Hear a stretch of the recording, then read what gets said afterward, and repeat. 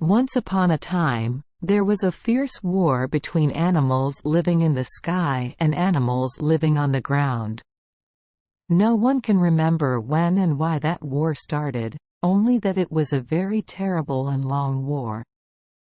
As a result of the war, many animals in both the sky and on the ground were injured or killed. Read fairy tales. Then one day, there was a warning that if the war continued, at some point there would be no more animals living on Earth. The animals in the sky and on the earth gathered together, they reached a truce, and peace was declared.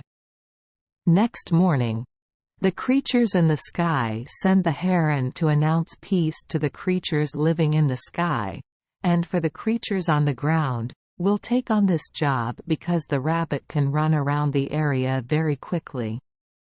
All species heard the news and were very happy because now they could live in peace. They began to rebuild their lives.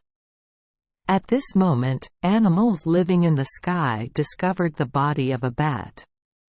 This was the last victim of the war, killed before the day of peace. This upset the flying animals, who decided to organize a grand burial for their friend. But when they were making all the preparations for the funeral, a bird noticed that Bat had teeth in his mouth. What does it mean? Flying animals have no teeth. Immediately a meeting was convened, and they agreed that Bat could not be one of them.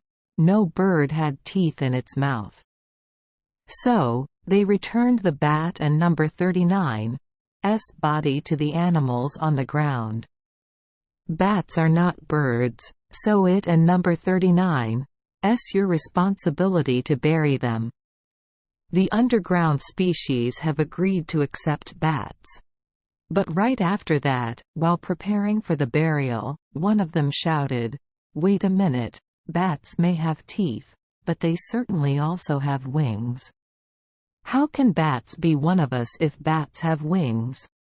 The underground types also called a meeting to consider the matter, and they decided that the underground types could not have wings, so bats could not be considered one of them. Therefore, they also refused to bury Bat.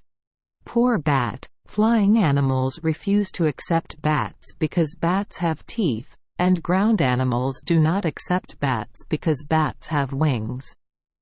And that and number 39's also the reason why bats still fly around every night. Thank you for joining us for today's fairy tale. We hope these stories bring joy and meaning to your day. If you love our channel, please hit the subscribe button so you won't miss any exciting tales. Wishing you a good night and sweet dreams. See you in the next story.